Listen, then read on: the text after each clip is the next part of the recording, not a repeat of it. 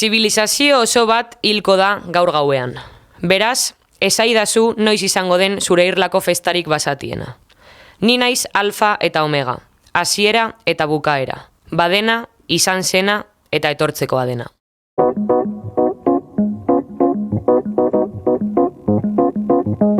Belarri jana, Gedar Telebistak ekoiztutako podcasta.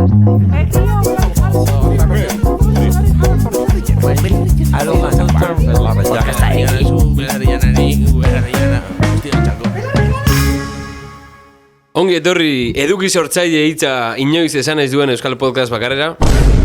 Zer modu zaudean, Ondo, apur bat tristez gaituztelako gonbidatu kedada oso garrantzitsu batera. Upa, zuk zure burua eduki sortzaile da txat daukazu. Ez que zer da eduki sortzailea, ezta? Ja, haiek azaldu zer da edukia? Hori eurek ere eztabaidatzen dute, uste dut. Bai. Haber zer den kalitatezko edukia eta zer ez. Zer den eduki sortzaile bat eta zer desberdintasun dagoen influencer baten eta eduki sortzaile baten artean. Ja, influencerrek dauka konnotazioa norbait jendearen bizi joeretan nahi duzula eragin, ez? Influentzia eduki. Eta eduki sortzaile da, tipo, pues, txistak grabatzen ditut, ez dakit zer. Gu ez gara oso eduki sortzaile honak, ez?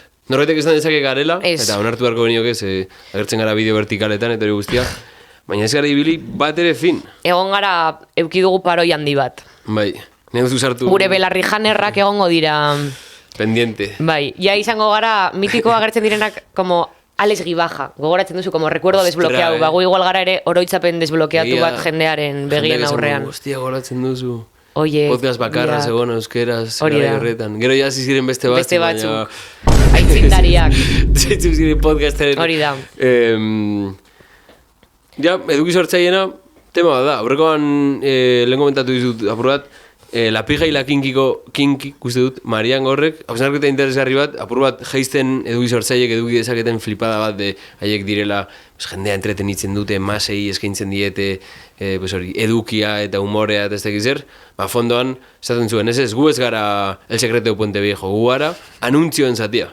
Segia da, influencerrek horretaz bizirauteko oso azkarra egiten dutena da, segidan hasi anuntziok egiten. Gainera, anuntzio enkubiertoak, edo, bueno, jarri behar dut ez, publi, baina da, tipo, horrekoan literal ikusi nuela bat, tipo bat, gainera uste dut Euskal Herritarra dela, dena gazteleraz egiten duen arren, esaten, oso larria da, pero mi padre murió hace 5 años, eta beha jartzen zuen publi, eta gitzaren izango zen, la verdad, pizza terra de funerarias. Ben, ez gara oso ofenibeli, nahi duzu batera zergatik. Bai. Esango dugu egia, daramagu pilo bat hilabete grabatu. Bai. Hemen grabatu genuen azken izan zen Kikerekin. Eta jendea konturatzeko izan zen exitoa absolutoa, YouTubeen, TikToken, Wikipedian, Wikileaks. Eta gero egon ginen Durangoko azokan, eta Durangoko azokan gertatu zen gauza bat. Bueno, ni ez naiz... Osa, niego naiz oso lanpetuta, pentsatzen aitzakia bat lanpetuta egoteko. Ados. Baina, kontatu behar da egia. Kontatu behar da egia. Belarri janerrei, esan behar zaie egia. Martinetan egon gara aserre, zenbat denbora. Pues iria bete edo. Eta konpondu gara baina erdizka. Gure belarri janerrei egiteko... Hori da, zordi egulako temporada maitza gutxien. Hori da. Zergatik egon gara zerre. Da guztiz broma, belarri janerre. Nik ez dut inoiz lehenago esan, por si acaso. Nik bai, baina... A ber, Durangoko azokako urrengo egunean, begiratu nion mugikorra Martini, eta aurkitu nuen, bueno, toksika orain dago hori moda gazten, oza, dago modan gazten artean, da maitasun berria. Egia. Eta aurkitu nituen, ez bat, bi elkarrizketa aldi berean, bi pertsonekin, rubiak biak, naizuelako joan euren podcastera hitz egitera niri ezer esan gabe. Oso larria. Eta hori da gertatu dena. Oso larria. Ja, saiatu nintzen barkapena eskatzen, baina ulertzen dut oso larria. Eta montatu nion pollo guztia Durangoko azokardian, etorri ziren eta esekoak biak banatzera, no seke... Eta jazta. Baina gutxi gara bera konpontu dugu gure erazo, ezta? Bai. Ikusiko dugu, eta egune batean gonbidatzen bagituzte, pues, jongo gara biok eta listo. Hori da. Vale. Ba, ni bak zuzertan egon naizen. Egon naiz antxarrak ferratzen. De hecho, egon naiz bilatzen, hori esateko modu ezberdinak, zen buruan pilo bat zeuden, baina gero interneten bilaketan normal egiten ez dituten beste topatu. Hori, pikutara joan, antxarrak ferratzera joan. Uste nuen, zainzuriak frigitzera, zera euskeraz, baina da freír espárragos gazteleraz. Ja.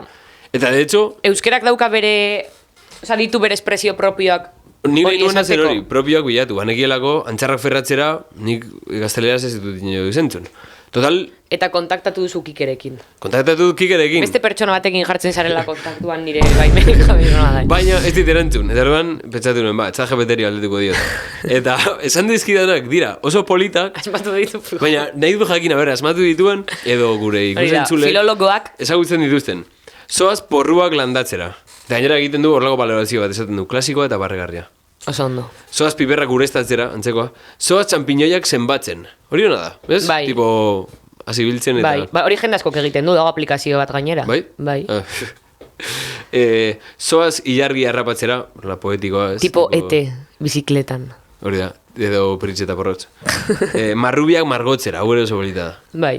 Tipo, udaberria egitera. Zoaz, astoari txistua jotzera. Ez que agian hauek Hori da existitzen pur bat dira. arraroa, Urrengo zona da, zoaz karramarroak peinatzera. Hori asmatu du, baina guapo dago, Guapo dago. Ze karramarro batzuk dituzte hiletxoak. Algo pelilloik. Zoaz, aizea lotzera. Hau da, Oso polita. joe, osea, honekin egin daiteke Bai, oso abesti polita. bat. Eta azkenengoa, ja da, ez da gindela esan, imposiblea dela, zoaz, lainoak tolestera. Oso polita ere. Bai, existitzen ez badira, hasi barko ginateke Hori da, jarri behar dira modan. Eta fuertea da, gertatuko balitz momentua zeinetan atxotitzak, batean diren inteligentzia artifizial batek sortuak. Ja. Tradizioaren kontrakoa, no? Como, vale, Niri horreko gogorarazi dit, mitiko esaten dena gaztelaniaz de tan hecho la 13-14. Bai. Hori da, dakizu zergatik den, esaten zutela mekanikoek, bai. joaten zenean norbait praktikak egitera edo, como ikasten zegoela, existitzen dira giltzak 12, 13, Hori da. 14, 15, eta esaten zioten, búscame la 13-14. Edo esaten diotela agua en polvo, a ver si venden aquí agua en polvo, eta horrelakoak. Edo camble inalámbrico. Martillo, nola daitzen da, como... malgua dena, nola esaten da, como elástico, flexible, martillo flexible, horrelako zeo. Ez que 13-14 nik dakit, agertzen delako Instagramen, horrelako gizon heldu bat gaztelaniaz, bideo azten duela esaten, jo que se, pues hori, la 13-14, eta gero ematen du azalpena. Da batzutan dira horrelako burradak, tipo... Hori dago guapo, Éramos pocos y parió la abuela. Es una Erego, expresión... dago, bat, mazo kuñau, esaten duela, mi kuñau Ramiro, eta esaten du zer egiten duen Ramiro. Baina ez da tipo, oza, da gehiago, tú eres tonto o haces no sé qué, no sé qué. Vale, eta, oza, da mazo kuñau, baina egiten du barregarria. Esaten du, tú eres tonto, hori da, esaten du edo... imprimatzen, fotokopiatzen duzu folio txuriak ateratzeko gehiago. O tú eres tonto, o le das, giras el cuadrado en el Tetris, horrelako gauzak. Si más, egiten du grazia. Baina ez da kuñau machista, da kuñau ondo. Txuria. Hori da.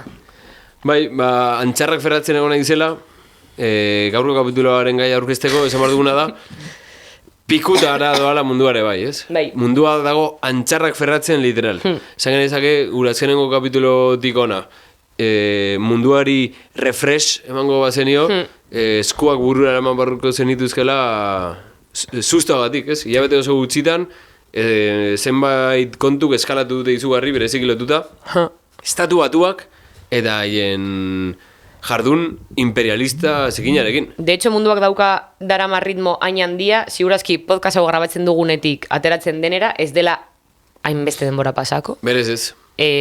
Ez beste podcast batzuek bezala, bueno, ez dakit hori. De hecho, ziurrik gara pautelena. Ja, bai. Jantak dauka super sistematizatuta. Baina, bueno, ziurazki... Grabatzen dituzte eta gero, grabatzen dituzte asko eta gero emititzen dituzte, eta Hori da. horregatik esaten dizute, ezin zaituztela gonbidatu, zeia dituzte grabatuta temporadako Hori guztia. da. Eta daudelako jendea esplotatzen, guk ez dugu inor esplotatzen, gu hau dela zaila. Zoritzarrez ezin dugu oraindik. Ez, hori da.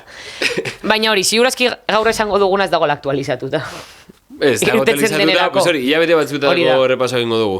Hori da. Orduan, gaurko tituloan ikusiko zendutenez, Apokalipsis Trump, da gaia. Ziurrenik denok eukidugulako behin baina goiagotan, hilabete hauetan sentsazioa, pues hori, literalmente mundua pikutara juteko zori-zorian dagoela. Eta ez badaukazu sentsazio hori, ubikaina, ez da alarmista, da nahiko realista. Bai, zoritzarrez. Orduan, asmoa da, hartzeko berriro martxa podcastarekin, eta kokatzeko gure burua mundu zital honetan, gaur egitea repaso bat azkenengo hilabetetako hainbat gertakarirena. Orduan, lehenengo zati baterako, hasiko gara, lagun batzuk bidalitako audioak entzuten. Adituak, Hori da, adituak. Esaten ari ginena, apur bat testuinguruan jartzeko eta ez ibiltzeko gu saiatzen azalpenak ematen, zorionez, eskatu diegu Gedarren eta ibiltzen diren beste aditu batzuei, apur bat labur kokatu gaitzaten gai guzti hauetan. Egia da urte hasi eta segidan hasi ginela ikusten asuntoa, Venezuelan estatu batuek egin zuten interbentzioarekin. Orduan, entzungo dugu horren azalpen bat. Joan den urtarrilaren 3an, estatu batuek bombardaketa masiboak egin zituzten Caracasen eta Venezuelako beste hainbat tokitan. Nicolás Maduro presidentearen kontrako operazio militar zuzenari ekin zioten. Maduro eta bere emaztea, Cilia Flores, baitu eta estatu batuetara eraman zituzten New Yorken epaituak izan daitezen, droga trafikoaren eta narkoterrorismoaren kargupean. Baina estatu batuek laster aitortu zuten Madurori egozten zioten Cartel de los Soles delako erakundea etzela existitzen. Agerian geratu da zein zen eraso honen benetako helburua. Venezuelan erregimen aldaketa lortzea. Baina metodoa nahiko berria da kasu honetan. Gobernuaren politikak barnetik aldatzea. Txabismoaren buruzagi nagusiak zuzenean presionatuta. Izan ere, etxe zuria konturatu zen, Venezuelako oposizioak zarata asko egiten duela mendebaldeko komunikabideetan, baina ez duela txabismoak adina indar sozialki. Estatu batuek ia 100 lagunera hil zituzten erasoetan, tartean Maduroren presidente guardiako 32 soldadu kubatar. Erantzun instituzional gisa, Venezuelako auzitegi gorenak Delcy Rodríguez orduko presidente ordea izendatu zuen behin-behineko presidente. Konstituzioak presidentea ez gaituta zegoenean agintzen duen legez. Egun berean, Maduroren aldeko manifestazio batzuk izan ziren Venezuelan, ura askatzeko eskatuz, baina goi kargudunek oro har profil baxua mantendu zuten. Egoerak azkar evoluzionatu zuen. Rodríguezek estatu batuekin harremanak berreskuratzeko pausoak eman ditu, eta baita Trumpen eskakizunei erantzuteko jarrera erakutsi ere. Petrolio azpiegituretarako sarbidea arraztu dira enpresa estatu batuarrei eta aliatuei, eta amnistia legea onartu zuen Caracasen. Gainera, Washingtonek Venezuelako petrolio esportazioetan esku hartu du, eta hala ari da Kuba energiarik gabe utziz itotzen. Gertakariok ez zuten aurrekaririk. Estatu batuek ez zuen presidente bat baitzeko halako operaziorik egin mundu osoan, 1989an Norigaren aurkako esku hartzean izan ezik. Estatu batuek presidente bat baitzeko, atzerrian epaitzeko, eta herrialde bat bombardatzeko egindako operazio honek ez du justifikazio legal edo moralik. Eta Washingtonen ere ez dute plantak egiten jarraitzeko asmo handirik. Imperialismoaren betiko praktika da, baina nazioarteko zuzenbidearen eta giza eskubideen maskara kenduta. Bere interes geopolitikoak direla medio, kasu honetan, petrolioaren kontrola eta Txinaren eta Errusiaren eragina Hego Amerikan mugatzea dute helburu.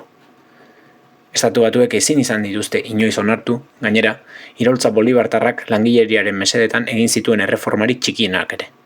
Hala nola, osasun eta hezkuntza unibertsala, etxe bizitza politika sozial batzuk eta mendekotasun ekonomikoari aurre egiteko saiakerak.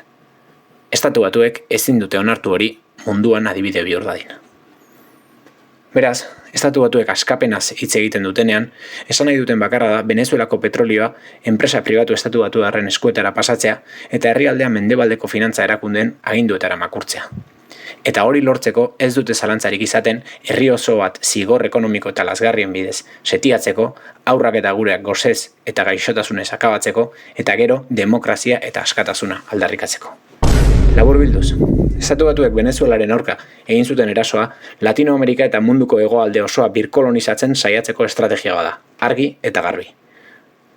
Orain, Rodríguezen gobernua Trumpen aginduak betetzen ari den neurrian, mendebaldeko komunikabideak eta politikariak ahaztu dira Venezuelako ustezko diktaduraz. Horrela da. Pu. Zuko goratzen duzu egun hori? Izan zen impactantea, nik goratzen dut esnatu nintzela hor urtarrilaren hasieran, eta de repente hor bideoak bombardaketak Venezuelan, hasierako ez jakintasun hori aber benetan hartu zuten Maduro edo ez, Maduro, gero hitz egingo dugu, baina Maduroren irudiak benetakoak ote ziren, zalantza horiek, raro. Gero, bueno, da como esaten dugun askotan, no? Pelikula bezala bizitzea, Maduroren txandala, naikeko txandala, izan zela como salduena... Lehenengo gauza pentsatu nuena, eta ikusi nola ukibarren buru horretarako ere, zen, inauteritan Maduro asko gongo dira. Eta horrela izan zen. Izan barzara burua, bueno, ez dakit, azkara esateko bene baitzera. Bale, horrekin hasi genuen urtea, eta hori gutxi ez. Bai, epatuen bezala, Venezuelan esku hartzeak ezeukan komo inongo aurrekaririk, baina izan da aurrekari oso garrantzitsua, betetzen duen funtzioa ere delako, berak esan duen bezala, disiplina, lekzio bat ematea gainerako herrialdeai. Eta aurrekari hori egonda, gerora datoz beste mugimendu guztiak. Eta estatu batuekin batera ematen ari dena erasoaldi oso bortitza da Israel. Eta horretarako ere jaso dugu beste audio bat. Errealitatean Israel bere operazio militar eta inbasio guzti hauetan nazioarteko zuzenbidea eta kontsentsu internazionala saltatzen ari den estatu bat bezala pintatzean nahiko absurdo da. Orain ari dira Pedro Sánchez, Irlanda eta Esloveniaren laguntzarekin halako Europar Batasunak Israelekin daukan lankidetza akordioa bertan bera uzten saiatzen. Eta aliz Italia eta Alemania kontra atera dira eta horragolako eztabaida bat sentsazio ematen duena aurrerakoien eta atzerakoien beste talka epiko bat daukagula Europar Batasunean. Baina aldiz, testimura begiratuta ikusten daneko faltsua dela, Adibidez, dela ikerketa zentroak atera zuen, PSOEk berak Espainian atera zuen dekretu famatu hori Israel enbargatzeko eta Israeli boikota egiteko, dekretu horrek ez duela defentsa ministerioak genozidio hasi zenetik Israelekin izan duen kontratu bat bera ere kendu, 1.208 milioi euroko kontratu hauek ezinbesteko dira genozidioa mantendu izateko. Orduan dena hitzontzik ere gutxian geratzen da askotan, izan ere Israelen historia begiratzen badugu, argi geratzen da sionismoa ez dela hori nazioarteko komunitateari edo mendebaldeko herrialdei eskuetatik juntzaien halako estatu bat, izan ere mendebaldeak ekialde hurbilan egin duen interbentzio bakoitzean Israel hor tartean egon da. Egipton, Libanon, Sirian, Libean, Iraken eta orain Iranen, nola ez? Gutxo gara bera ekialdurrian petromonarkia bat izan ez den herrialde guztietan egon da bombardaietarik edo egin da interbentzio militarrik eta netan Israel ezinbesteko aliatua izan da haientzat, ez? Hori da Israelek alako impunitatea izateko arrazoia. Netanyahu ez da nazioarteko legeetatik edo Haiako tribunaletik, iesi dabien profugo bat. Europar Batasuna Israelen sozio komertzial nagusia da eta estatu batuekin batera bere kanpo merkataritzaren esportazioen erdia baino gehiago erosten dute. Orduan, benetan kezkatuak egongo balira Libano inbaditu duelako edo bake ituna saltatu duelako edo IDF-ek haurdun dauden emakumeak lehentasunezko helburu militar bezala jartzen dituztelako edo palestinarrentzako heriotz zigorra onartu dutelako txampain botilekin edo horrelako edo zer, bi herrialde hauetako edo nork Kubari edo Siriari ezarri dioten zigor berdinak jarrita Israel bihar kolapsatuko litzake, ez? Orduan ez da inola ere halako impotentzia bat dagoela geldiarazi alizateko. Oso fuertea. Israelekin gertatu den, Israel egiten ari den guztiarekin ez dago hitzik deskribatzeko. 1000 aldiz esan dugu podcast honetan nola begiratzen den iraganera esaten, nola gertatu zen guztia, gure begien parean gertatzen ari da. Heriotz zigorra onartzearena preso entzako, da basikamente exterminio kanpoak legalizatzea. Abiatzea erasoaldiak Libano aldean regio osoan, espantzio nazkagarria. Ez da egitzera jago esan. Eta gero ikusten daia aipatu izan da askotan, baina ja dela imperialismo desnudo bat ez duela behar aitzakiarik eta inkluso asmatzen dituen aitzakiak erortzen direla bere horretan. Seinalatzea Venezuela narkotrafikoagatik daukasunean fentanilo plaga handiena edo seinalatzea Kuba terrorismoagatik zarenean herrialde imperialista genozida nagusia. Ja ez dute ez da aitzakiarik pentsatu behar, eta horrek gero hitz egingo dugu, baina ere betetzen du como shock doktrina bat eta jendeak onartu desan era oso gordinean gertatzen ari den guztia. Biziko dugun garaiaren ezagorrietako bat, ja maskara guztiak enduta, barbaridadea jartzen dizute begien parean, eta ez dakit ari impotenteago sentiarazten dituzten edo. Eta atera dugu, baina komeni argitzea ere, Kubako egoera, zer esaten diguten. Kubaren aurkako embargoak 75 urte luze ditu, ez da ezer berria, ez? Gobernu kubatarra estatu kolpe baten bidez edo presio bidez aldatu edo moldatu ez dutela ikusi dutenean, estatu batuek hau asko egiten dute, ez? Venezuela azken adibidea. Horren ordez, kubatarrak gozezil eta itotzea izan zen estrategia gehiago, ez? Gedarrek Euskadi Kuba elkartere egin dion elkarrizketan argi azaltzen da, horretarako bide eraginkorrena irla, turismo eta atzerriko diru bidalkiten bidez lortzen dituen dibisa gabe ustea dela. Azkenean dibisa gabe, ezin dute kanpotik petroleoa, elikagaiak, piezak, ezer erosi. Eta horrek bertako ekonomia ataskatu edo blokeatu egiten du, ez? Eta hau ez da Trumpekin hasi, Clintonek adibidez 80. hamarkadan Kubako periodo espezial deitzen horretan, Sobietar Batasuna erori zenean, neurriak izugarri gogortu zituen, esperantzarekin horrek Kuba nolabait kolapsatuko zuelako, ez? Baina azken finean ez da estatu batuarrek Kubarekin harremana moztea bakarrik. 180 eguneko legeak adibidez esaten du Kuban lehorreratzen den edozein itsasontzik, gero debekatu daukala 6 hilabetez estatu batuarretan sartzea. Orduan horrek esan nahi du isolamendua erabatekoa dela azken finean, ez? Soilik Txina edo Errusiak izan dezakete harremana Kubarekin.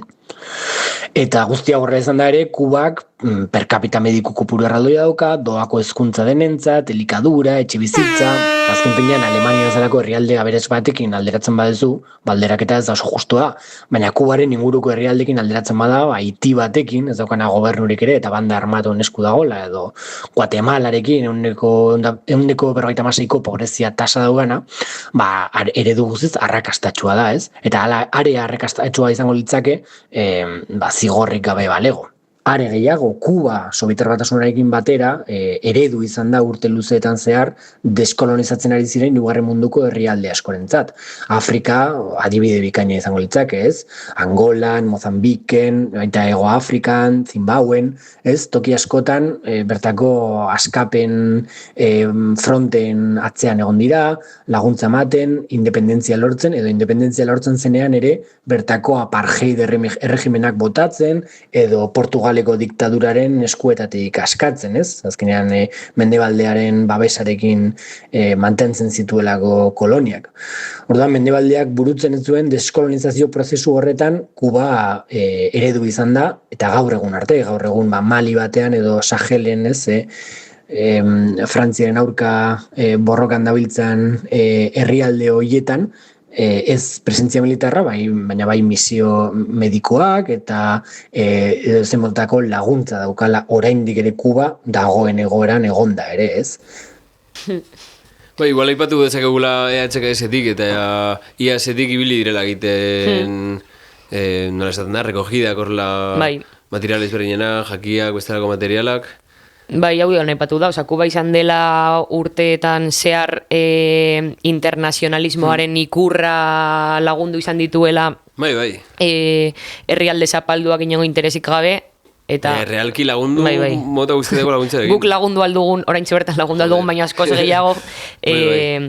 Baina, bueno, que menos beharrezkoa denan minimoki eta alden ditugun gaitasunen arabera berdina zabaltzea gutxienez ideologikoki eta keinu bat egitea. Eta Venezuela esaten zen bezala, esan diguten bezala, Kuba ere izan dela beste gizarte baten eredua eta horregatik nahi izan dutela aplastatu aurkitu duten modu guztietan. Eta orain... Eta hor ere, barkatu, dago ere, nire ustez Kubarekin eta bar, hitz egiten denean, herrialde pobreen inguruan edo, guk daukaguna buruan dira, herrialde kapitalistak ez direla herrialde pobreak, daukatelako barne produkto gordin asko handiagoa eta aberaztasun metatu asko handiagoa. Baina pobrea edo aberatsa izatea ez da zuk eukitzea ez dakitzen bat milioi inbertuta osasungintzan. Aberatsa izatea da zuk eukitzea sarbidea osasungintzara. Ezin dira neurtu termino horietan pobrezia eta aberaztasuna. Herrialde kapitalista askoz aberatsagoak dira. Baina jendea ez da aberatsagoa. Jendeak ez daukalako sarbidea horietara eta hori ere joan bargarapur bat. Guztiz. Horrelako deskribapenak ematen, deskubritzen dugu estatu batu dela makarrada bat. Kanpora begira, barrura begira, zentzu guztietan. Eta azkenengo egunetako testu ingurua guztiz baldintzatu duena. Eta etengabe ari dena irekitzen horrelako gerra mundial baten edo eskalada beliko handi baten ideia da, estatu batuak eta Israelek Iranen aurka abiatu duten ofentsiba, zeina izan den erantzuna, eta horrari dira etengabe bake ituna, bueno, dena delako horretan, jarri gaitezen apur bat testuinguruan. Ameriketako Estatu Batuek eta Israelek Iranen aurkako aurrekaririk gabeko erasoaldiari ekin zioten joan den otsailaren 28an. Helburu nagusia, ustez, Irango programa nuklearra geldiaraztea omentzen. Arma nuklearrak ekoizteko gai izatearen beldur omen baitziren. Baina berehala hasi ziren erregimen aldaketaren inguruko hipotesi kontraesankorrak zabaltzen. Beraz, gerra hau etengabeko gezur jokoen eta kontraesanen zerrenda izan da hasieratik Washingtonen eta Tel Aviven aldetik. Dena den, hasierako erasoetan Ali Jamenei buruzagi gorena erailtzuten, eta haren semeak eta guardia iraultzaileak hildo gogorrekoek alegia hartu dute lekuko Teheranen. Erantzun gisa, Iranek misilak eta dronak jaurti zituen ekialde hurbileko Ameriketako Estatu Batuetako baseen eta Palestina okupatuko posizio Israeldaren aurka. Eta Hormuzko itsasartea blokeatu zuen sionistentzat eta mendebaldeko aliatuentzat. Hala, gatazka zonalde osora zabaldu zen. Erasoak Libanoen ere gogortu ziren, non Hezbollah miliziak, Iranen aliatuak, Israelen aurkako eraso gogorrei ekin zien. Borroka biziak izan dira hilabetez, eta behin-behineko balantzean, Iranek 3.400 hildako baino gehiago zenbatu zituen. Horietatik ia erdia, zibilak eta asko haurrak. Apirilaren hasieran 2 asteko sueten ahul bat lortu zen, baina Israelek ez du inongo momentuan errespetatu. Beraz, Pakistanen bitartekaritzapean izandako elkarrizketak geldirik geratu dira, eta tentsio foku geopolitiko nagusia Hormuzko itsasartera mugitu da. Munduan ekoizten den petrolioaren 20% eta saltzen denaren 40% bertatik pasatzen baita. Estatu Batuek itsas blokeo bat ezarri die Irango portuei, eta Teheranek erantzun egin du. Itsasartea berriro itxi du eta hainbat ontzi atzeman ditu. Horrek sutan jarri du mundu osoko petrolioaren prezioa. Suetenak 2 aldiz amaitu eta luzatu dituzte dagoeneko.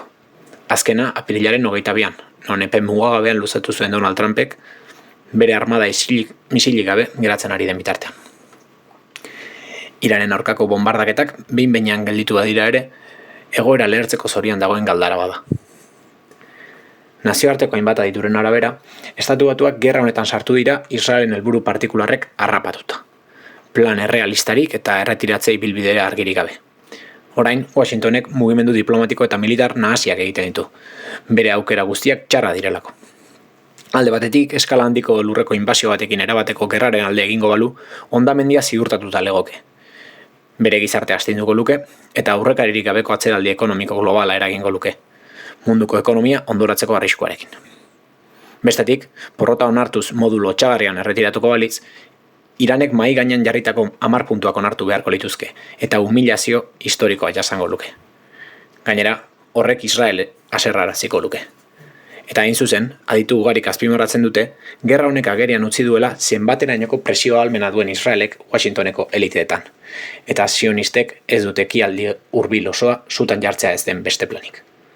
Horregatik, etxe zuriak promesak iragarri eta denbora irabazten duen bitartean, Israelek Libanon eta Gazan bombak jaurtitzen dirau. Eta Hormuzko itsasarteak itxita jarraitzen du. Edozein honetan hautsi daiteken gezurrezko barealdi odoltsu eta itogarri baten erdian. Hau da gora.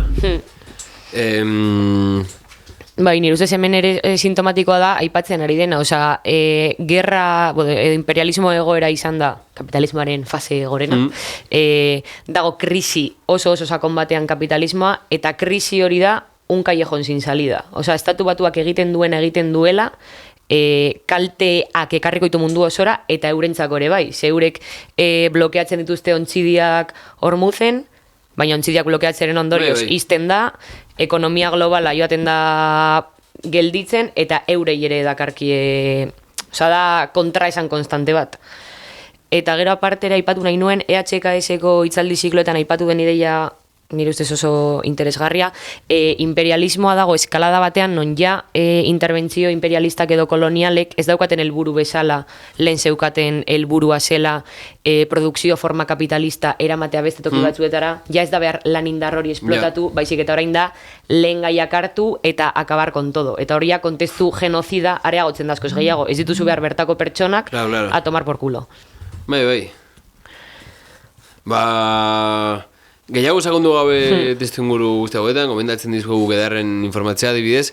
Nahiko benituzka aipatu programa honetan zehar, aldi berean paraleloki, guztiz loturan, egon diren zenbait fenomen, ez? Bai. Direla txampon berdinaren bi arpegi gutxi gora bera, baina balio digutenak ere konturatzeko, pues, egoera, zein den egoera maila subjetibo batean, edo nola erreakzionatzen du jendeak honen guztien artean, eta lehenengo... Eta batez ere zein potentziarekin eta torkigun guri eduki guzti hori. Bai. Ba, lehenengo notizia. Uste dut, Venezuelako interbentzioaren aldi berean izaten ari zela zen Epstein Files. Ezen hori botei, ezta? Zen hau.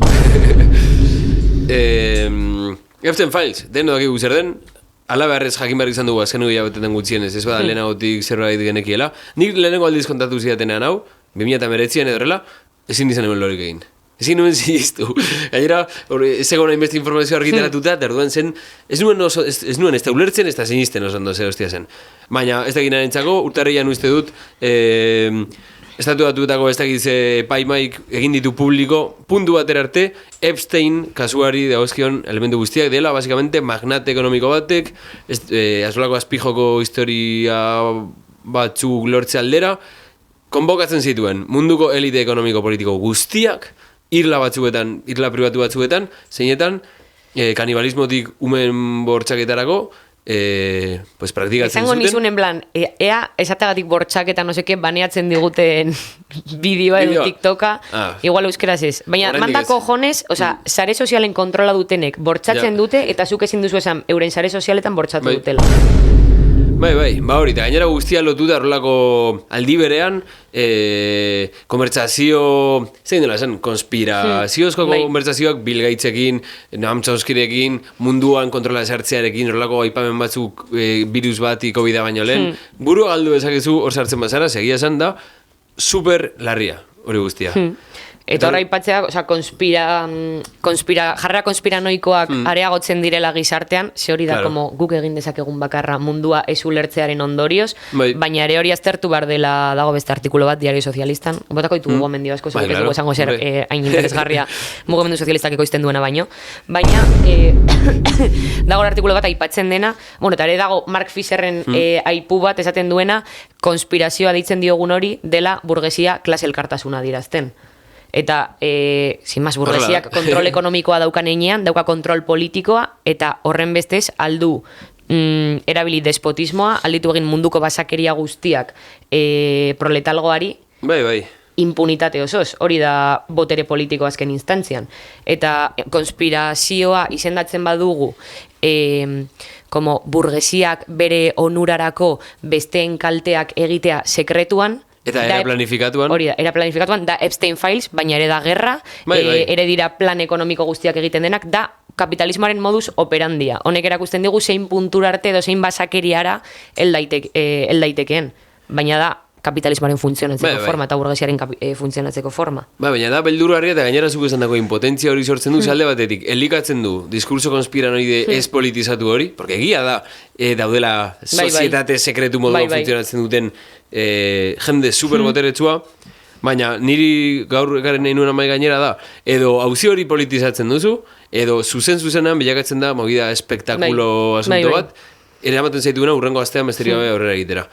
Nik ikusten nuen jendea tipo sare sozialetan, zer gehiago gertatu behar da mundua iraultzeko, hau ja publikoa da, kanibal batzuk dira, ez dakit zer, eta arrazoi puntu bat dago, horrelako nahi horretan guztiak petatzea, behingoz, baina hor elementu politikoa behar da.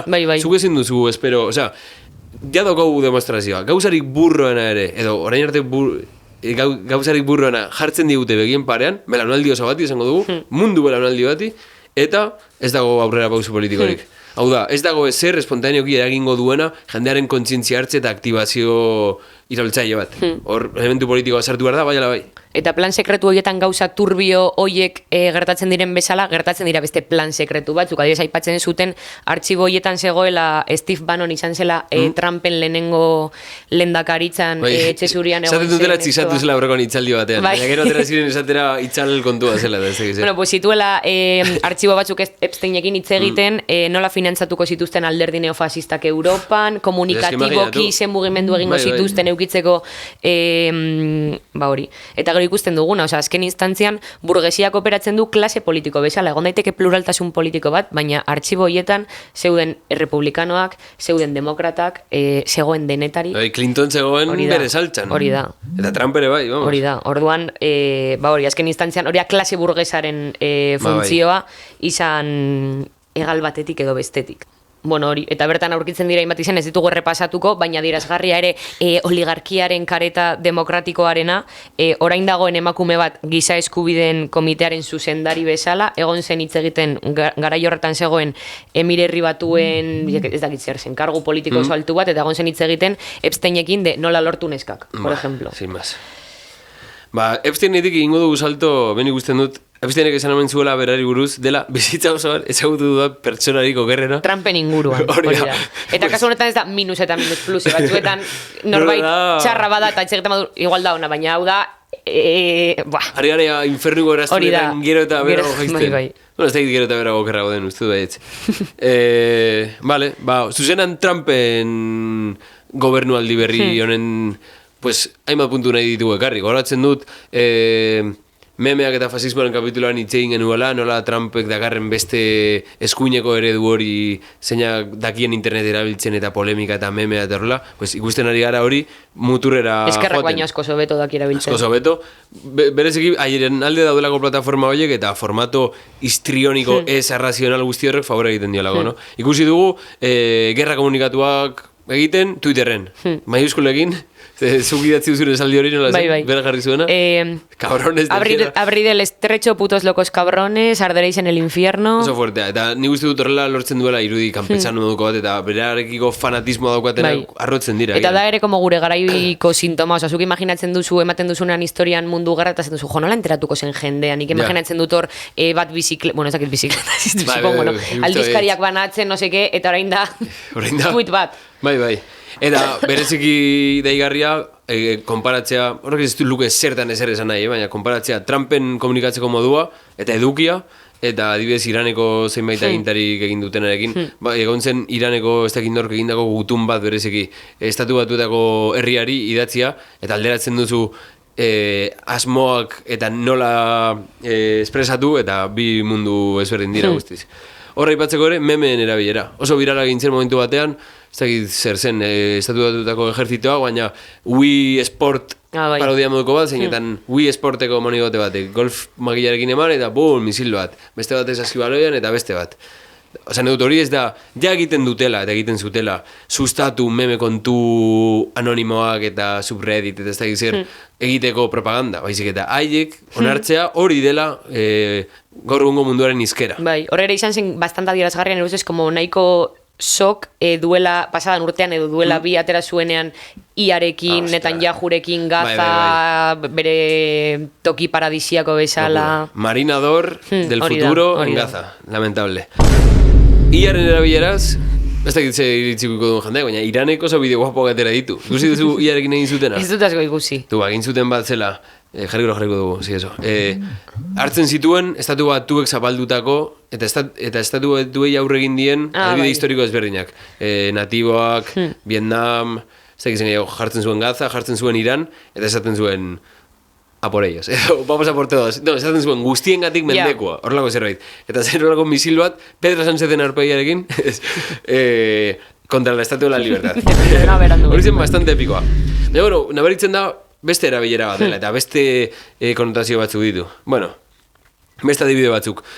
Artxiboak demostratzen, estatu batuen aldeko influencerrak nahi dituztela sustatu mundu osoko enbajaden bitartez. Bueno, Trumpen gobernuaren beste ezaugarri bat? Fanatismo erligioso turbio guztia. Ikusi genuen Charlie Kirken funeral makro jaialdi mito aroa, Charlie Kirk aroa horiekin, nola burua galtzen duten eta espektakularizatzen duten hain movida, eta kristautasunaren ere rollo batekin, ez?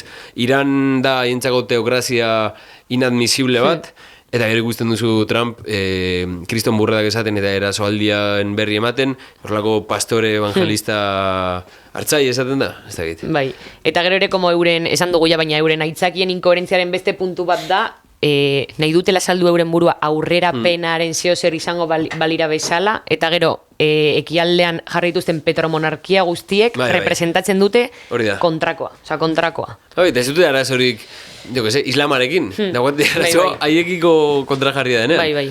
Ikusi ditugu txalakerik gehiagi, tipo Pete Hegseth, ez da indela esaten den, dela defentsa edo gerra ministroa, horrelako zerbait, por cierto, dituela tatuaje neonaziak, guztiz, kristau rollo turbioak, Deus Vult eta kruzadekin lotutako tatuajeak, hori, Pentagonoan zermoi bat ematen, eta ustetan, nahi gabe, Biblia rezitatzen ari dela, Pulp Fictioneko estena bat rezitatzen. Dela pur bat hain gogoera, no? Como Pulp Fiction, bizi dira hor.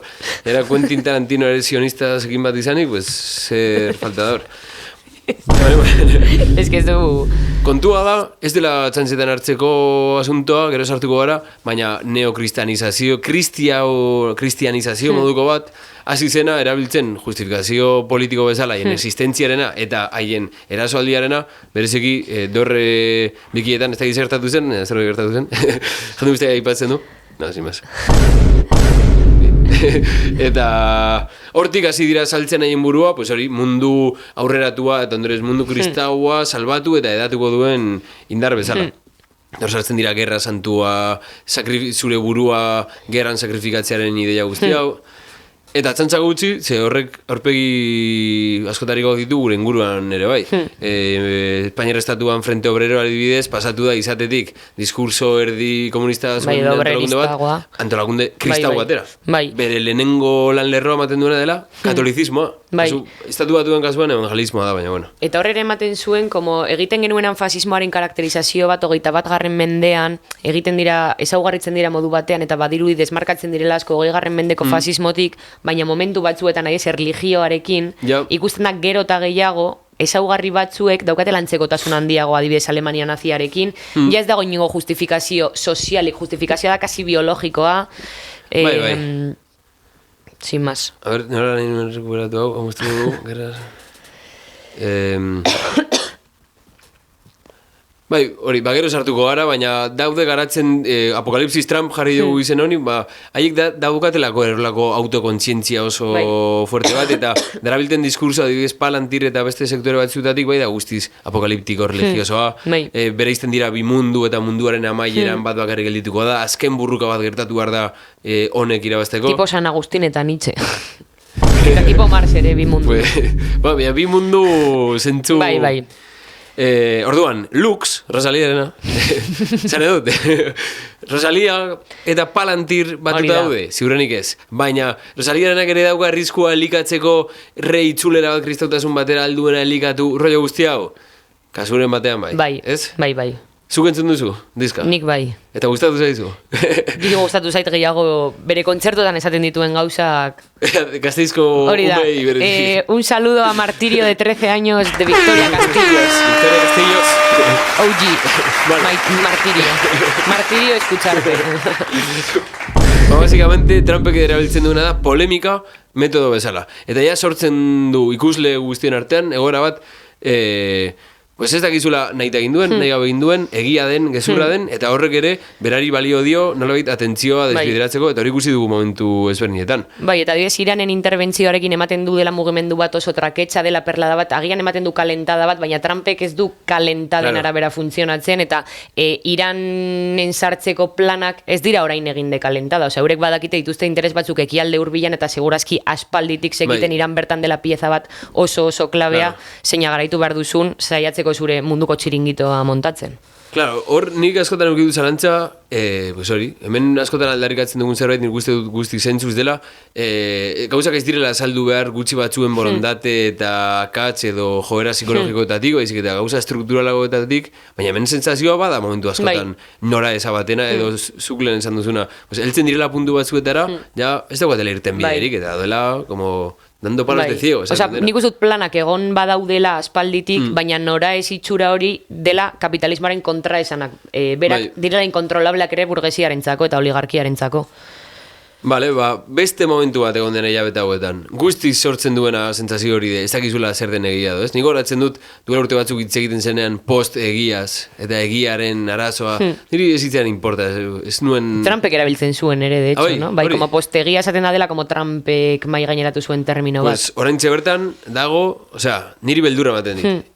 Denbora bastante pasa ondoren, inteligentzia artifizial bideoak igusten, kasualitate zen delakoa, gero ja, edozen bideo igusten duzula, ez den zara gauzak somatzen. Eta horrek sortzen du paranoia, sentsazio orokortu bat, ez dakit niri bakarrik, uste dut, izango dela gure belaunaldiaren arazo handietariko bat.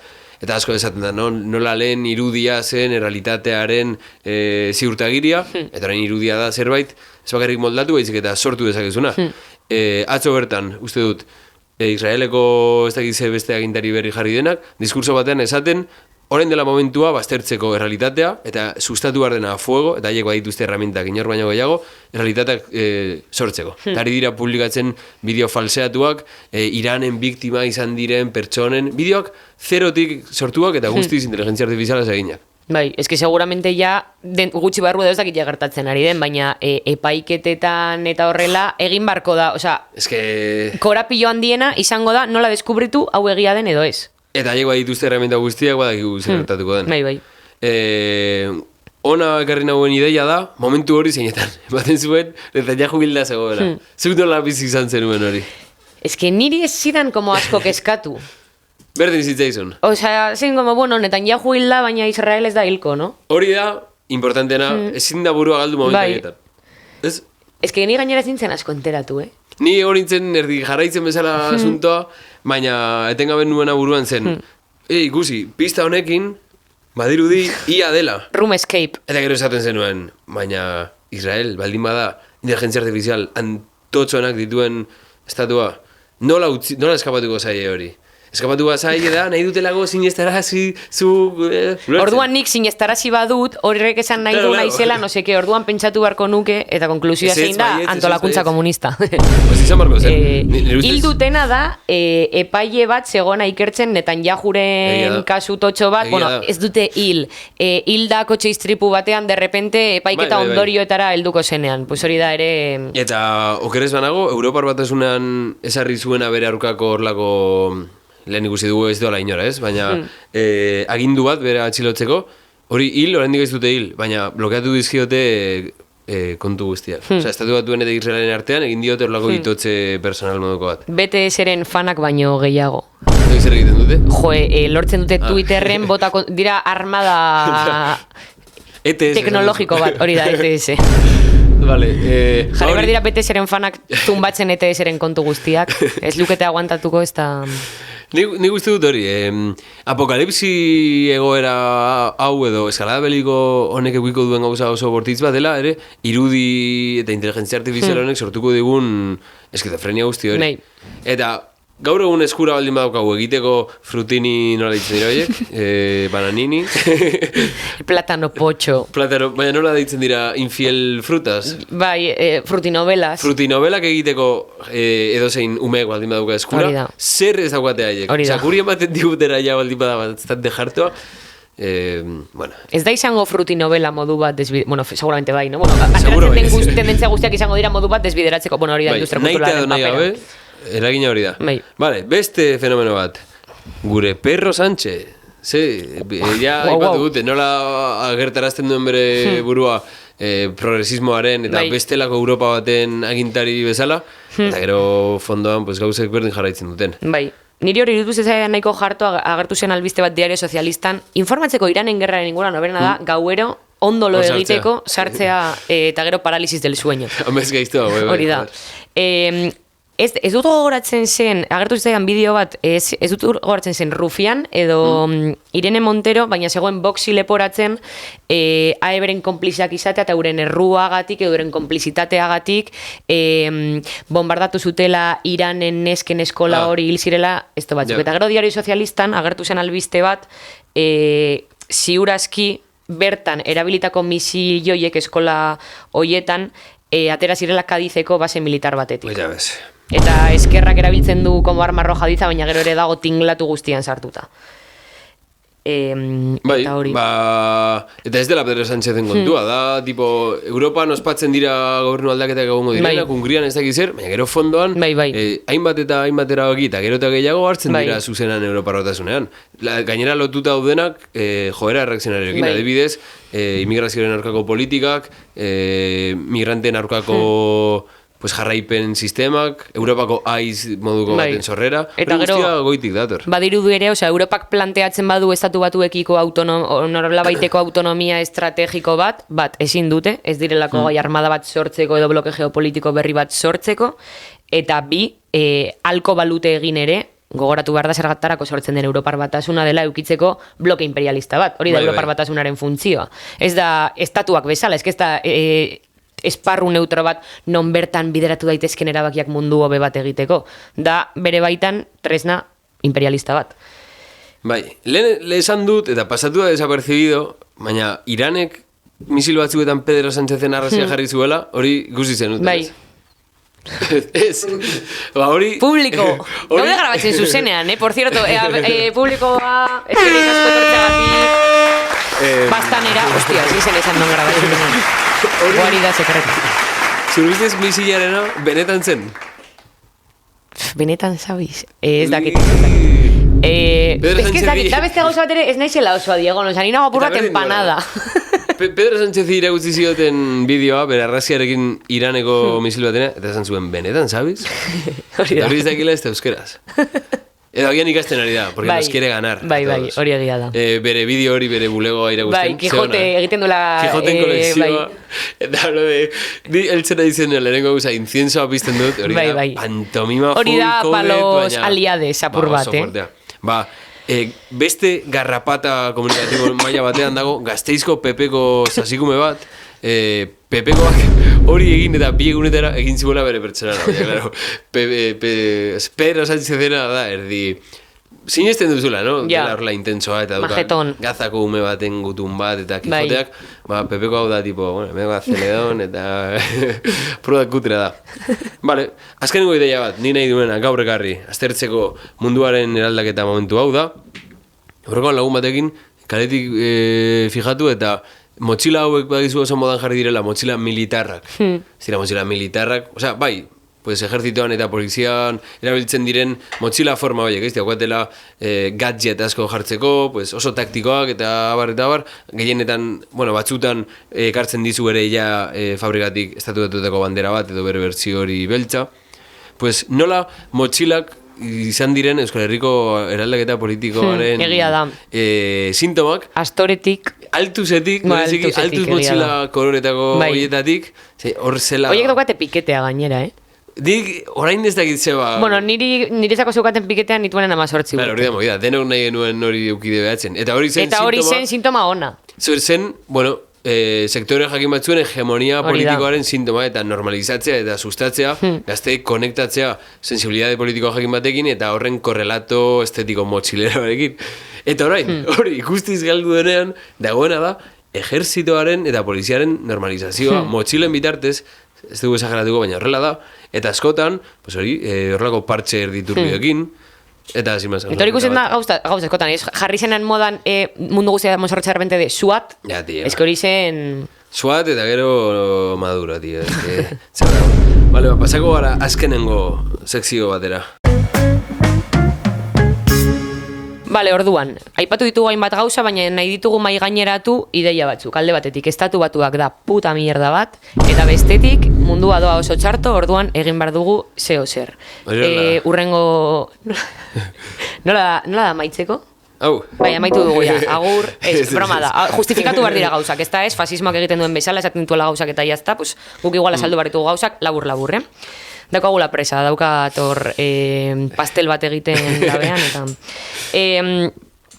aurrekoan aipatu genuen estatu batuak zela kapitalismoaren proiektu zibilizatorioaren hasiera, eta orain ikusten ari gara agian dela proiektu zibilizatorio baten amaiera, ez diela bakarrik eragiten estatu batuetako jendeari, baizik eta guri ere. Aurrekoan esan zuten, EHKS-eko hitzaldian ere, ezki oso ondo, ez da egongo aukera ja gehiago joateko, baina bueno. Hori, 2025 izan zela urtea, bigarren mundu gerraren ostetik, foko beliko gehien piztuta egon diren urtea. Eta joera da gorakorra, orduan seguramente urte hau izango da are gehiago. Zer gertatzen ari da? Hamarkadetan zehar, bigarren mundu ostetik aurrera, Estatu Batuak izan dela potentzia ekonomiko mundiala eta horren bestez potentzia politikoa ere, eta horrek bermatu alduela edo izan duela mendebaldeko blokean estabilidade bat, baina oraintxe bertan munduko ordena aldatzen ari da. Orduan, aipatu ditugu foko desberdinak, Iran, Kuba, bla, bla, bla, bla, ematen du pelikula bat, kapituluaka, nire gustatzen gehiago hau, baina hau ez da futbol partida bat. Eta Groenlandiako kapituloa, izan zen hori. Ja, oberen, hori ematen du como... Bueno, ez que ez dakit... Rellenoko kapitulo bat. Como extra, ¿sabes? Ez dakit nola ditzen den... Edo postkredito. Hori da. Venezuelako kapituloak, eta maieran ikusten duzu pingüino bat. Como agertzen zen Enrique Mortin kreditotan, el aspito en kokau. Zen aspito bat zegoela en kokau, hori zen oberena. Bueno, que foko guzti hauek ezin dira ulertu foko bezala, baizik eta erantzuten diote dinamika askoz generalago bati. Zer gertatzen da? Dinamika general hori ulertzea zaila da, daukagulako bombardaketa literala eta mediatikoa, eta aparte... garelako los últimos tontos eta ez garelako benetan enteratzen dela misa la media. Osea, jakingo bagenu egosten ari den guztia, izango ginateke are komunistagoak, seguramente. Edo izan barko ginateke.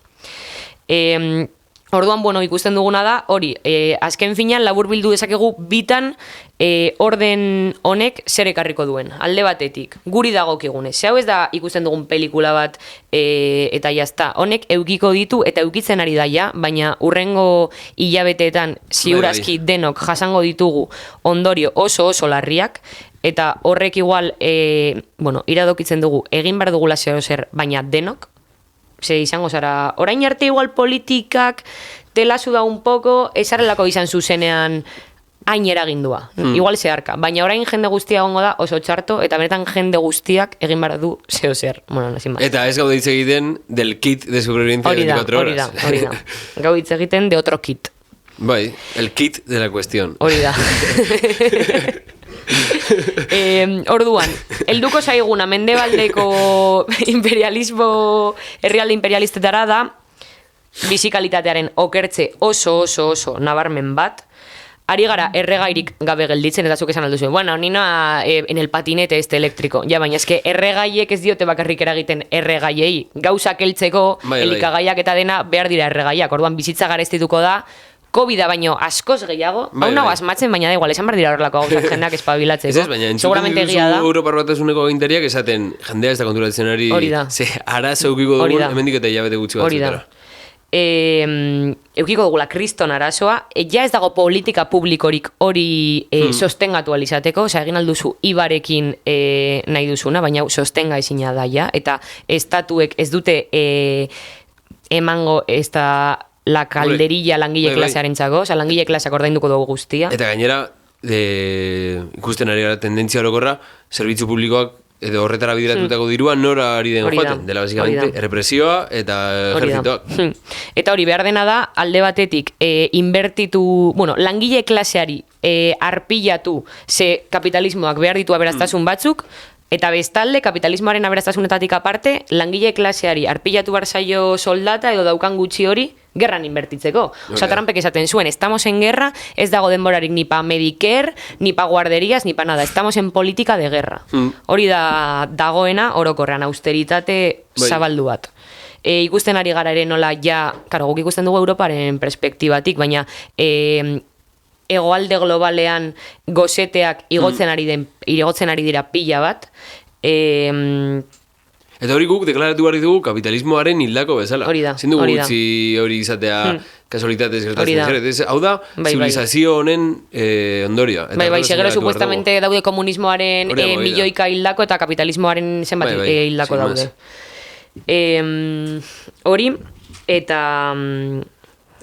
Eta igual aldi berean dagoela horren korrelato politikoa, ez? Neurri guzti horiek, adibidez, Alemanian rearmerako aldatu dituzte gauzak, apura desapercibido pasada, baina kriston turbiada notizia hori Alemanian 18 urtetatik 55 urtero gerrez banago gizonek deklaratu behar diote ejertzitoari nora doazen. Hori da. Hiru hilabete baino gehiago badira herrialdetik. Horrek esan nahi du, nahi dutela jende guztia bankilloan. Ez? Gero Berotzen. duela, gero duela bi aste estatu batuetan atera zen albiste bat esaten 18-25 urte bitartean zituzten gazte, ez dakit gizonak edo gazte guztiak orokorran sartu zituztela en el sistema de servicio selectivo, osea mundu guztia sartu zuten hor, dela datu base bat, reklutamenduak egin behar badira, sartu dituzte hor, daude jaizen guztia. Da tipo, por si acaso, no egin behar badira, bueno, hipotesi Hori bada. da. Eta esaten ari garena, osea, honek funtzionatuko du gehiago shock doktrina baten bitartez, osea, ja ez dago denborarik egiteko 1000 pelikula de, ze polita estatu batuak salbatzen mundua. Ez, hau ja da doktrina del shock, jendeak erreakzionatu baino lehen, osea, jendeak konturatzen denerako, egongo da hegazkin batean, edo egongo da trintxera batean, edo ez dakigu trintxera bitartez funtzionatzen duen, edo kontrolando el mando del dron que le va a matar. Hori da. Bai, Orduan hori. Ni uste dut zuko esan dago, aprobetxatu behar da momentu hau, bai ala bai, estatu batuak agertarazteko jendearen begietan, benetan den hori, benetan dena bezala. Hori da. Eta ikusten ari direlako haien barruan nola zenbait aldaketa ematen ari diren, hori azeleratzen dutenak. Eta gero estatu batuakek kanpora begira eman dezake indar oso sendo bat, baina ere jendea konturatu behar da poliki-poliki, kanpotik ematen duela irudi hori barrutik daudelako en la mierda. Gero tan abariagoa da euren krisialdia, ez dira gai sostengatzeko eredu zibilizatorio ez da erdi duin bat, orain arte ez da inoiz izan, baina orain are gutxiago, eta aparte daude dena apostatzen gerrara, baina gerraren apostua ere galtzen ari dira. Iranen esaten dute hilabete batean gastatu dituztela reserven 145, aurrekoan ere beste albiste bat irakurri nuen, gelditu direla sin tuxeno dela material bat egiteko proiektillak eta beste baliabide batzuk material hori daukatzina, hori da.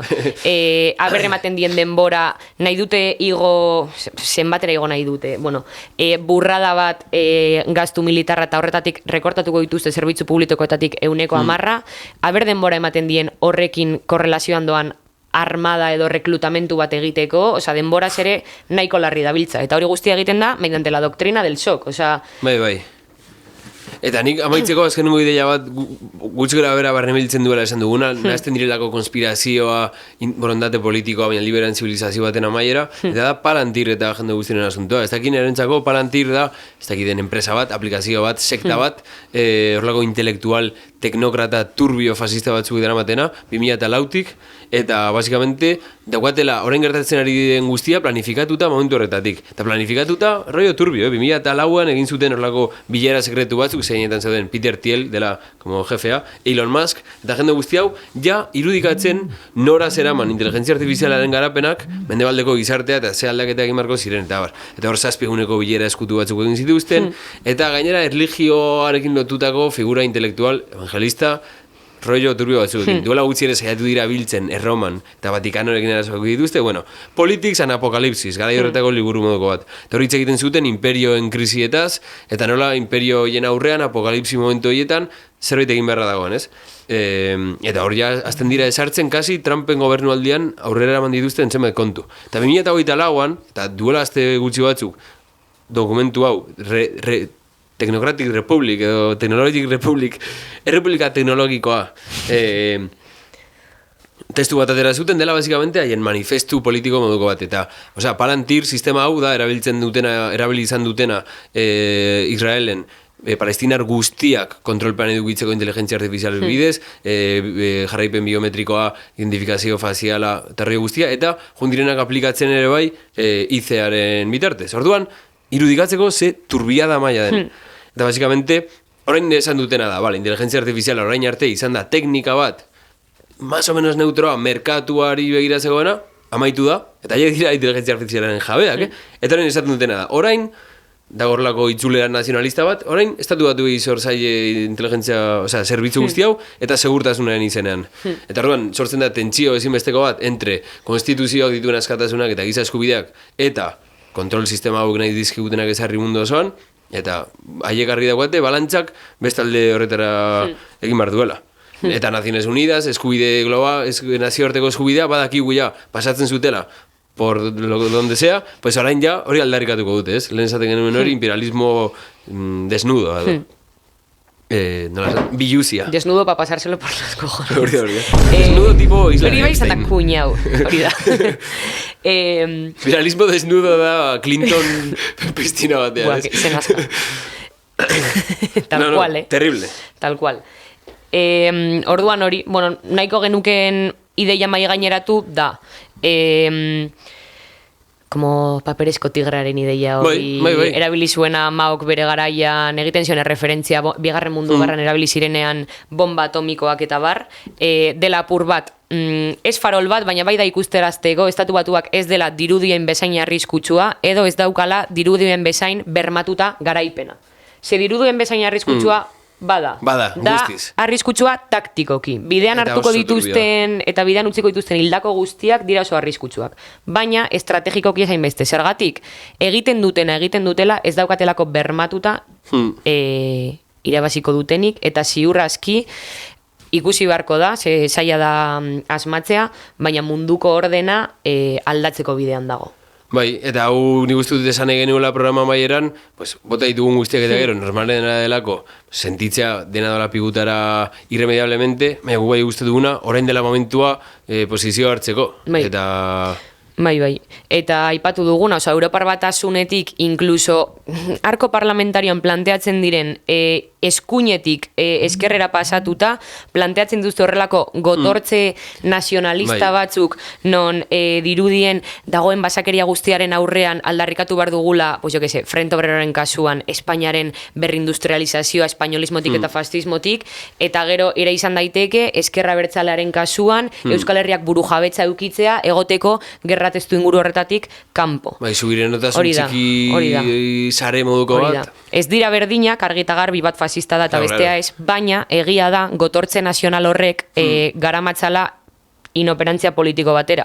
Eta da arriskutsua bizentzutan, alde batetik da arriskutsua etikoki, osea, ezin digu ez importa munduan gertatzen ari denak baldin eta gu ondo bagabiltza, eta gero a costa de qué, no? Hori da, a costa de qué. Ze ere orain arte ondo bizi izan bagara ere izan da periferia ez delako ondo bizi izan.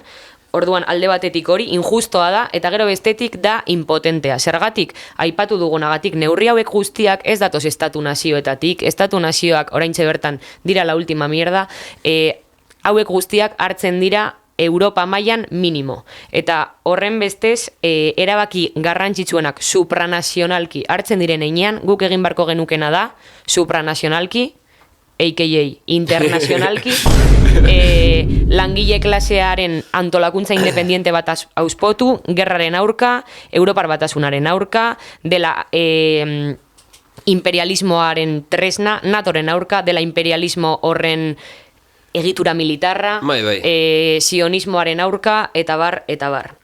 Orduan, maiatzak bata izan da egun historiko bat langile klasearen aldarriak kalera ateratzeko, eta guk uste dugu orain langile klasearen aldarri nagusia izan behar dela maila internazionalan esan dugunagatik antolakuntza independiente bat auspotzea eta gerraren aurka mobilizatzea. Ba hori, esan dagoa, inoiz gelditu badira genozida eta nazkagarri guzti horien asmoak nosbait lortu bada horiek gelditzea, izan da, egon direlako masa antolakunde zabalak, jardun politikoaren bitartez, frenoa jarri diotena. Orduan, orain guri daukiguna da, saiatzea berrerik itzen freno bat aurrean daukagun basakeri guztiaren aurrean. Eta zuk esan dagoa, maiatzaren batean Iruñan EHK-esetik deituren manifestazioa, bada pauso bat, esaten ari garen guzti hau mai gainean jartzeko. Hori da, eta, bueno, barkatu, Osea, igual jendeak ez dauka antolatzeko denborarik edo prestutasunik dagoelako liatuta beste gauza batzuekin, izan nahi duelako ikusi bere mutilaguna, edo nahi duelako egin hipika, edo nahi duelako jolastu futbolera, ez bazara antolatzen orain, zure mutilaguna hilko da, zure zaldia hilko da, futbolko baloia pintxatuko da, osea, zuk jarraitu nahi baduzu, zure bizitza eukitzen, antolatu barzara. Eta joan barzara maiatzaren batera, Iruñara. Porque bestela... No, ondo, pues hau izan dago guztia, urrengor arte.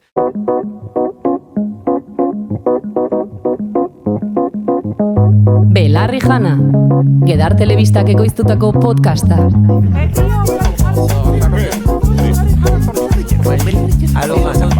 Podcasta egin.